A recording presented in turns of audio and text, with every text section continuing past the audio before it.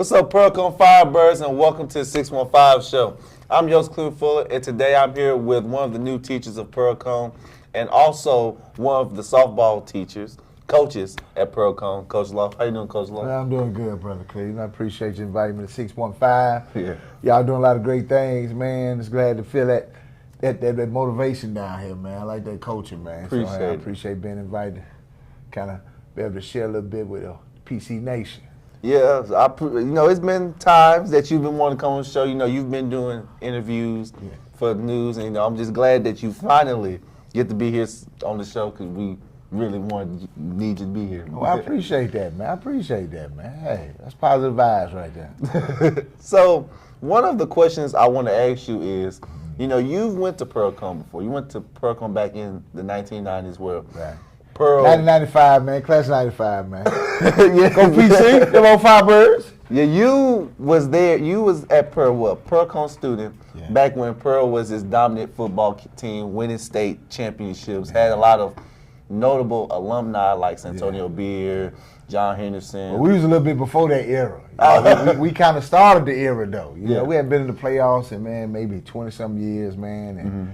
And, we had the desire to be a great team, We just fell short a little bit. But at the end of the day, man, it's about how you play the game. It's not the win and losses. And so we was under some great coaches, had some great teaching staff and mentors at the particular time and taught us about courage, man.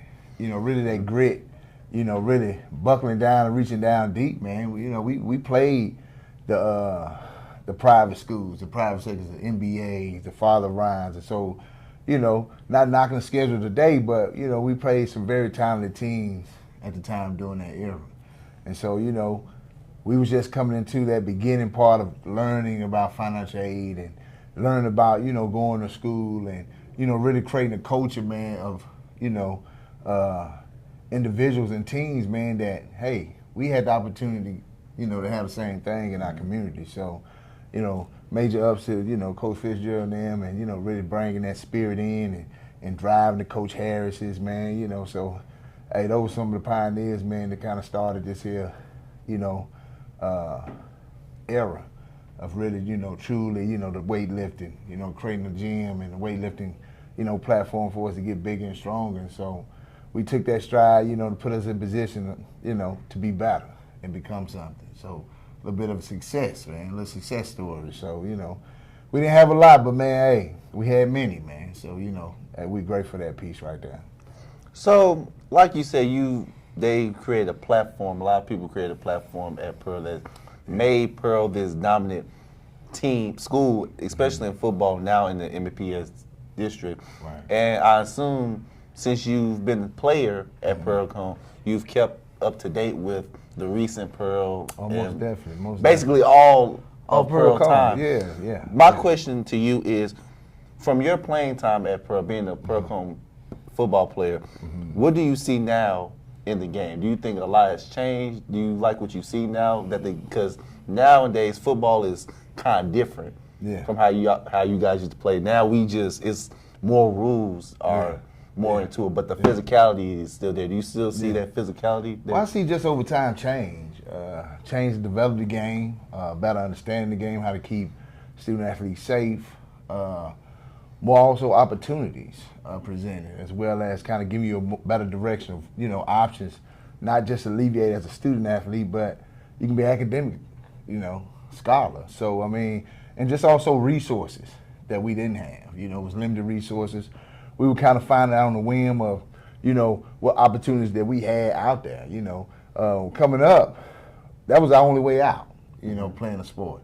And now there's so many other opportunities, the 2-year college is going free. We didn't have that. We didn't have the Tennessee Promise. We didn't have those particular components coming in 1995. Now, as I transitioned out, and my younger brother came in, and the big John Hendersons and the San Antonio Bears and different things of that nature, more opportunity to open up.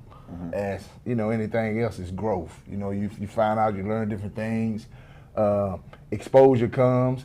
You also link up and collaborate with other entities, other agencies, other schools and different things of that nature to bring in and to create more opportunity for, our inner city youth, as we was identified as at that particular time. So Not a bad thing. I just see the game continue to change.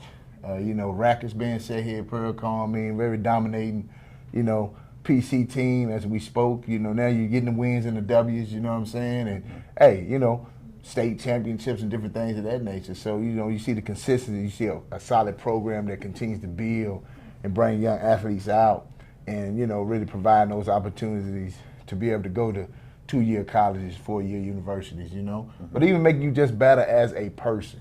And so, really supportive staff, some great coaches over here, very committed, to the young youth.